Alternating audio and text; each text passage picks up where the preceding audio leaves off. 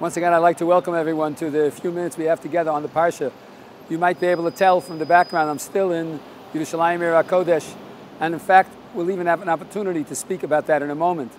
This week's Parsha is Parshas Re'eh, and it's also Shabbos Rosh Chodesh Elul.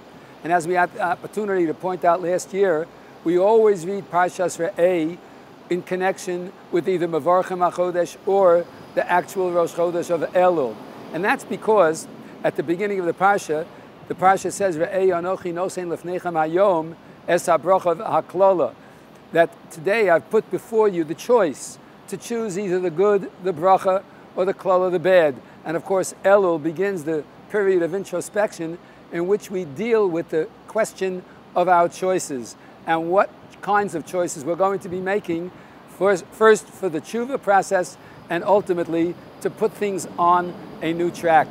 It's interesting to note that in the middle of the Parsha, it mentions, right after the Navi Sheker section, it talks about which animals are kosher and which are not, which birds are kosher and which are not. And in the section, when talking about the birds, it mentions the ra'ah.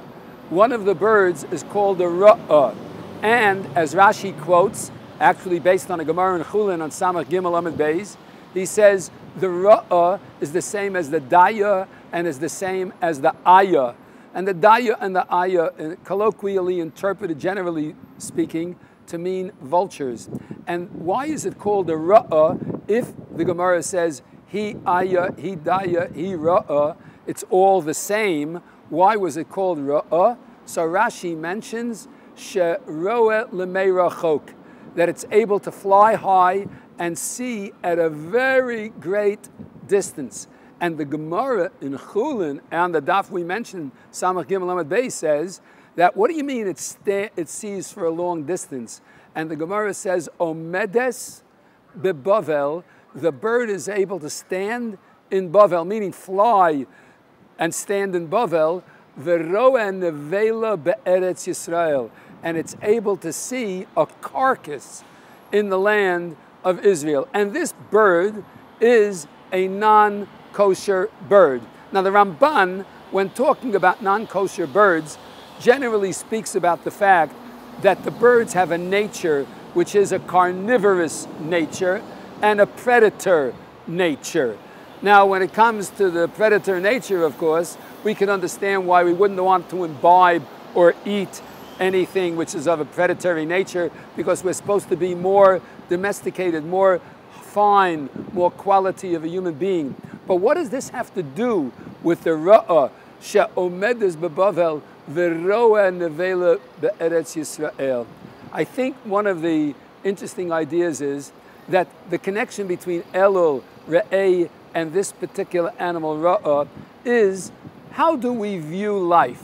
How do we view the land of Israel? How do we view, from our viewpoint in Golus, how do we view the beautiful city of Yerushalayim and the state of Israel? How do we view all the Jews who live there and the various political maneuverings that go on? Do we say, that's a good reason not to live there? Look at all the trouble they have. And what about the threat of the Iranians? What about the problems that the society has? But aren't we, if we do that, somehow mimicking this ra'ah, and that's a not kosher thing? So perhaps when it comes Chodesh Elul, we should take a big Musar Haskel. Not only do we have to speak positively, of course, about Eretz Yisrael and the people of Israel, Klal Yisrael, but we have to speak positively and think positively about everything, because HaKadosh Baruch Hu doesn't want us to stand in Bavel and look negatively upon the land of Israel. He doesn't want us to stand in Bavel and look negatively upon the Jews of Eretz Yisrael or upon the Jews of Bavel. He doesn't want us to look negatively upon any other Jew. And of course, just as we will judge others favorably and look only for positive things, just as the kosher birds who don't see nevela, they don't see dead carcass in the land of Israel. Instead, they see vibrancy. They see holiness. They see the gift of Klal Yisrael returning home. And they see all the positive qualities that exist for us as Jews in this world. if we would only look at our neighbors the same way, at our spouses, at our children, at our friends, at our shuls, at our leaders as the ones who take care of us and the ones who relate to us. If we had a positive view, it would be so much better. And therefore, when it comes Chodesh Elul, it's a wonderful opportunity to see a background of Yerushalayim, to think about the gift that we have by living in a time in which we can go there and participate in the beauty of its growth, and in which we can look positively upon not only the city of Yerushalayim and the people of Yerushalayim, the cities of Eretz Yisrael and the people of Eretz Yisrael, but to look positively upon each and every person that's related to us, that's a friend of ours, that comes to our shuls, that we relate to. Think positively, because that's the kosher way. That's the way we come to Chodesh Elul. What an opportunity on Rosh Chodesh to rededicate ourselves to Ani L'Dodi, V'Dodi Li.